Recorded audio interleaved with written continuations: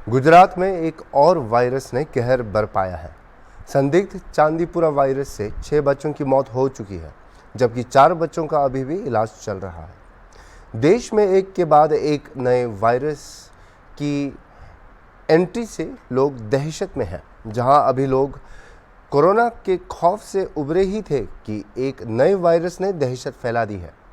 गुजरात के साबरकांठा और अरावली जिलों में यह वायरस बच्चों पर कहर बरपा रहा है।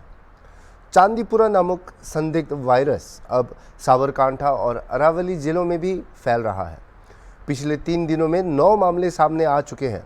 इस वायरस को मिस्ट्री वायरस के नाम से भी जाना जाता है। गुजरात के साबरकांठा और अरावली जिलों में इस वायरस के कारण 2 दिनों में 6 बच्चों की मौत हो चुकी है। दोनों जिलों में चांदीपुरा वायरस के संदिग्ध मामले बढ़ने से जिले में भय का माहौल बन गया है। यह वायरस जो 0 से 14 वर्ष की आयु के बच्चों के लिए सबसे अधिक संवेदनशील है, अब तक 5-6 बच्चों को अपना शिकार बना चुकी है।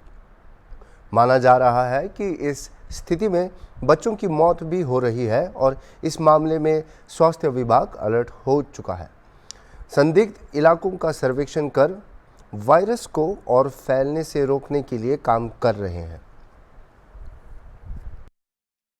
डिस्ट्रिक्ट के अंदर हमारे यहाँ 8 सस्पेक्टेड केस चांदीपुरा वायरस के हमें मिले हैं, जिसकी कंफर्मेशन के लिए हमने सैंपल कलेक्शन करके NIV पुणे भेज दिए और वहाँ से रिजल्ट आने पर हम कंफर्म तौर पर कह सकते हैं कि ये जो बच्चे हमारे यहाँ एडमिट है, उनकी डेथ हुई है, वो चांदीपुरम वायरस की वजह से हुई। ये चांदीपुरम वायरस जो होता है, ये अभी जो ऋतु है उसके अंदर उसकी जो नंबर है वो ज़्यादा बढ़ जाती है और ये जो माटी वाले घर जो होते हैं हमारे गांव के अंदर, तो उसमें जो छोटी छोटी गैप रहती है उसके अंदर ये होता है।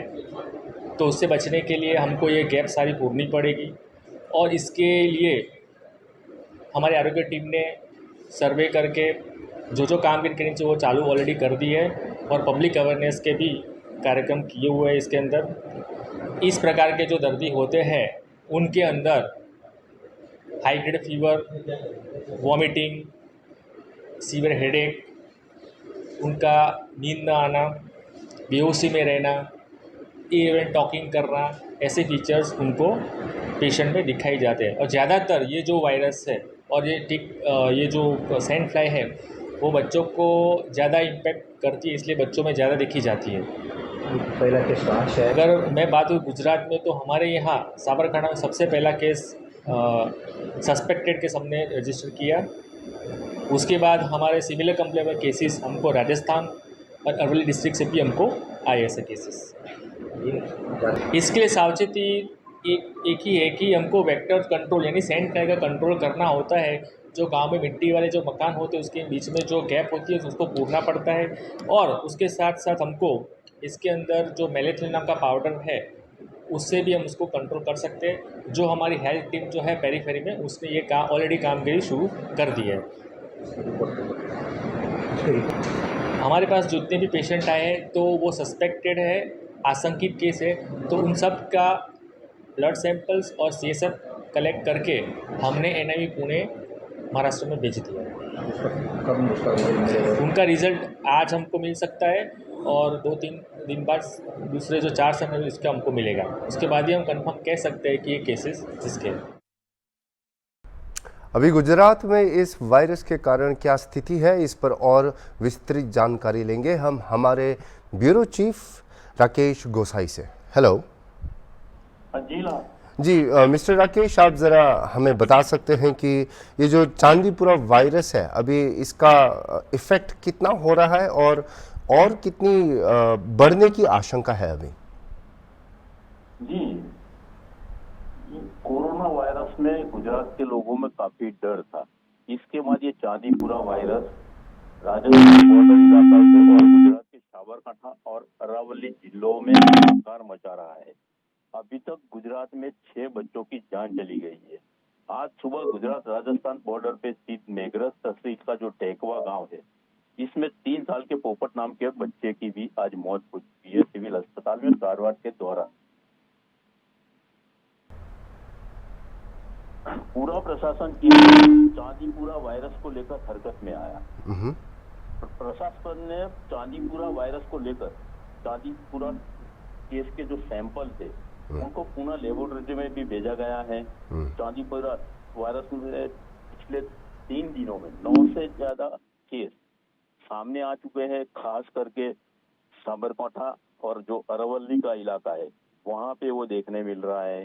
गुजरात में ज्यादातर साबरकांठा और अरवल्ली इलाके से ये केस बहुत ज्यादा मात्रा में उभर कर बाहर आ रहे हैं और इसमें खास तौर से देखा जाए तो पहले बुखार का कारण बनता है, इसके बाद उनको सर दर्द होता है, सिरदी होती है, वॉमिटिंग होती है। ये सारे केस 0 से 14 साल की जो आयु के बच्चे हैं उनमें ज्यादातर देखा गया है।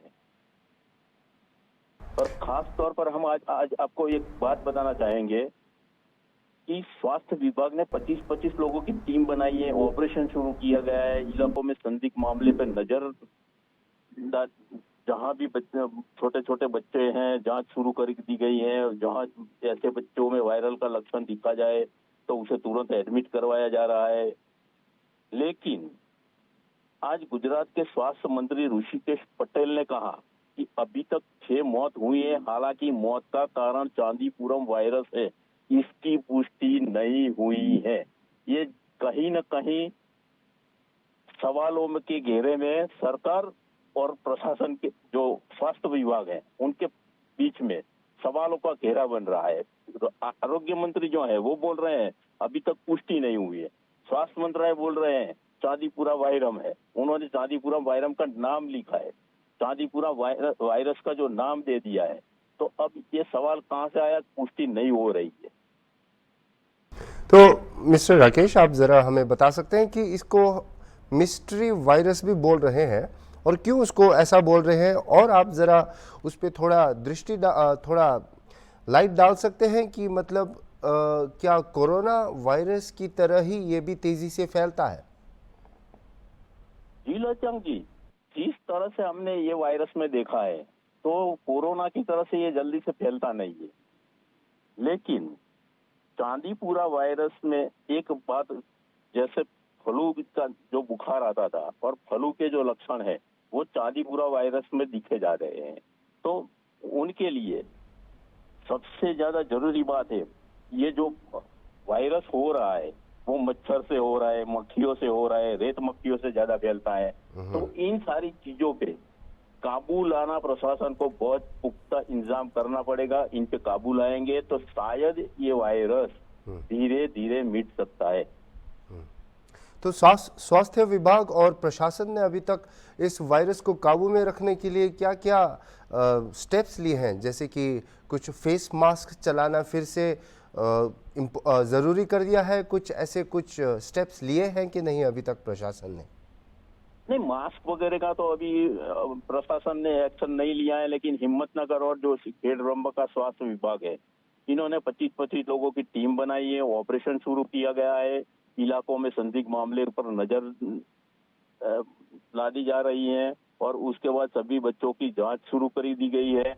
यदि चांदीपुरा वायरस उसमें लक्षण जो पाए जाते हैं बच्चे में तो तुरंत उसे एडमिट करवाया जा रहा है। मक्खियां और जो मच्छरों के नियंत्रण के लिए पाउडर कास्टिंग की कार्रवाई जो करनी चाहिए वो अभी प्रशासन, स्वास्थ्य प्रशासन की तरफ से कर रही है। जी जी, तो इसका इलाज किस प्रकार से किया जा रहा है? मतलब जिसको अगर किसी को चांदीपुरा वायरस से बीमारी हो जाए तो इसका इलाज किस तरह से किया जा रहा है?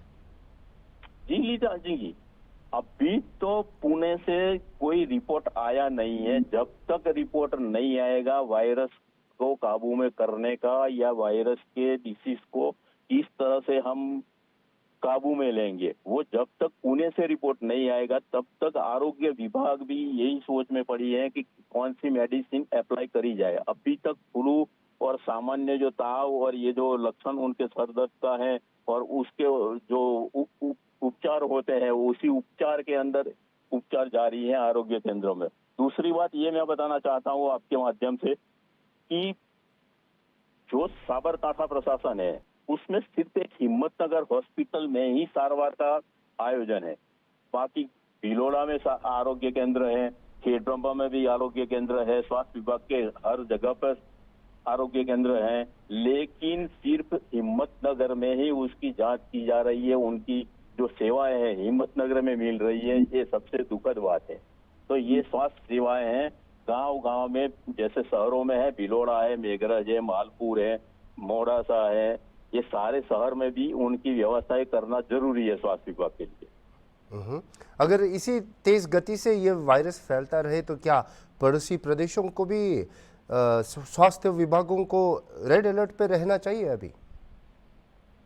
जी चांग, ये साफ बात है। जिस तरह से अभी मामले बाहर आ रहे हैं, जिस तरह से वो कहर बरता रहा है, जैसे 9 मामले बाहर आए हैं, 6 बच्चों की मौत हो चुकी है।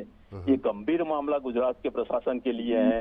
6 बच्चों की मौत हो चुकी है, छोटे छोटे बच्चे मर रहे हैं। अगर ये व्याप धीरे धीरे जो गुजरात की ओर बढ़ता गया और दूसरे इलाकों में भी उसका जो वायरस का जो चेप है वो अगर कहीं लग गया तो शायद गुजरात में पूरा बहुत बड़ा भंवर मच सकता है। सिर्फ गुजरात में ही नहीं, लेकिन अगर इसी गति से अगर ये वायरस फैलता रहे तो पूरे देश पे भी प्रभाव डाल सकता है। फिलहाल के लिए राकेश जी बहुत धन्यवाद, आपने बहुत विस्तार से हमें इस वायरस के बारे में जानकारी दी है। आगे में क्या अपडेट्स आते हैं हम हमारे दर्शकों को बताते रहेंगे।